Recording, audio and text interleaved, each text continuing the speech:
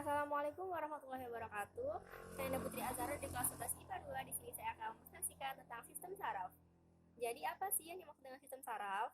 Sistem saraf merupakan suatu sistem koordinasi yang bertugas menyampaikan impuls atau rangsangan reseptor ke saraf pusat, yaitu otak dan sumsum tulang belakang, untuk diterjemahkan dan menghantarkan informasi yang diperoleh ke efektor. Sistem saraf memiliki 3 fungsi. Yang pertama, input sensori berfungsi menerima rangsangan atau stimulus kemudian ke otak dan sumsum tulang belakang. Yang kedua, integrasi fungsi otak dan sumsum tulang belakang mengolah informasi yang diterima dari seluruh tubuh yang mengirim kembali respon yang dihasilkan. Yang ketiga, output motorik berfungsi menghantar impuls ke efektor baik sel dan organ, terutama otak dan sel kelenjar yang menghasilkan respon tubuh. Jadi, sistem saraf terbagi menjadi dua, yaitu sistem saraf pusat dan sistem saraf tepi.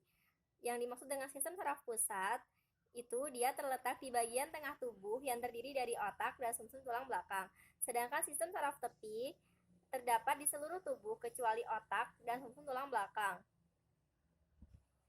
Sistem saraf itu terbangun dari jaringan saraf yang terdiri dari neuron dan sel-sel glia. Neuron berfungsi membawa atau menghantar impuls saraf, sedangkan sel glia merupakan sel-sel pendukung neuron. Selanjutnya, struktur neuron. Yang pertama, dendrit, yaitu menerima sinyal dari reseptor maupun dari neuron lainnya. Yang kedua, badan sel terdiri dari nukleus dan organel-organel sel. Yang ketiga, akson, menghantarkan impuls ke sel neuron lainnya. Selanjutnya, ada tipe-tipe neuron berdasarkan fungsi. Jadi ada 3. Yang pertama, neuron motorik berperan dalam menghantarkan sinyal saraf dari sistem saraf pusat ke efektor, umumnya ke otak dan sel kelenjar, kemudian memberikan respon terhadap stimulus yang diterima. Yang kedua, neuron sensori berfungsi menerima rangsangan atau stimulus seperti cahaya panas, tekanan, dan zat kimia, serta menyampaikan informasi yang dapat ke sistem saraf pusat. Yang ketiga, neuron intermedian yang berperan dalam membawa impuls saraf di antara bagian-bagian pada sistem saraf pusat. Selanjutnya, tipe neuron berdasarkan bentuknya. Yang pertama, bipolar, terdiri dari 1 akson dan 2 dendrit. Yang kedua, multipolar, terdiri dari 2 akson dan 1 dendrit.